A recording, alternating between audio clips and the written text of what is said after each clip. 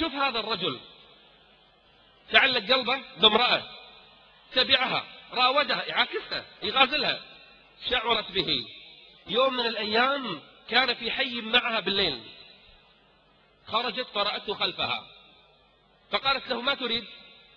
قال: أريدك. فقالت له: تريدني بالحرام؟ قال: نعم.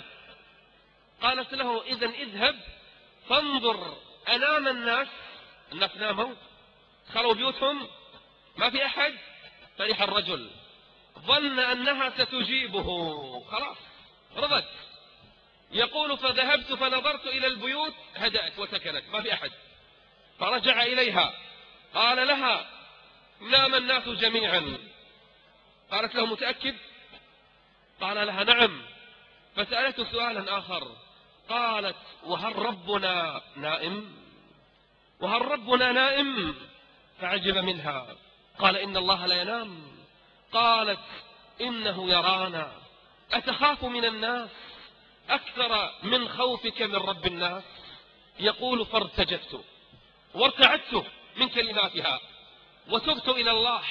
وبعد زمن مات الرجل وهو صالح، فرآه صاحبه في المنام، قال: ماذا صنع الله بك؟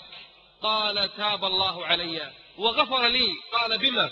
قال: بخوفي منه جل وعلا، بخوفي منه جل وعلا. يقول الشاعر: قل للذي ألف الذنوب وأجرما. اللي متعود خلي بدلها، لا تقول متعود أطالع، متعود أسوي، متعود أروح هني، متعود أدخن، متعود ما أصلي، متعود أطالع أفلام مسخة. لا لا لا، ما في شيء متعود يا أخي الكريم، بدلها من اليوم خلاص.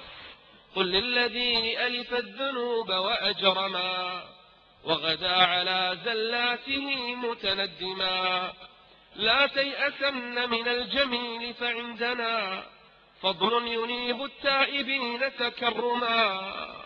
ترى الله عز وجل كريم. يا معشر العاصين جودي واسع، توبوا ودونكم المنى والمغنما، لا تقنطوا فالذنب مغفور لكم، إني الجدير بأن أجود وأرحما. اللي متعود يعق أبوه وأمه جرب بدلها، لا تقول أنا شيخ مو متعود أحب راسها، ما يصير. شيخ أنا مو متعود أقبل إيدها، تعود. شيخ أنا مو متعود كل يوم أسلم عليها، تعود.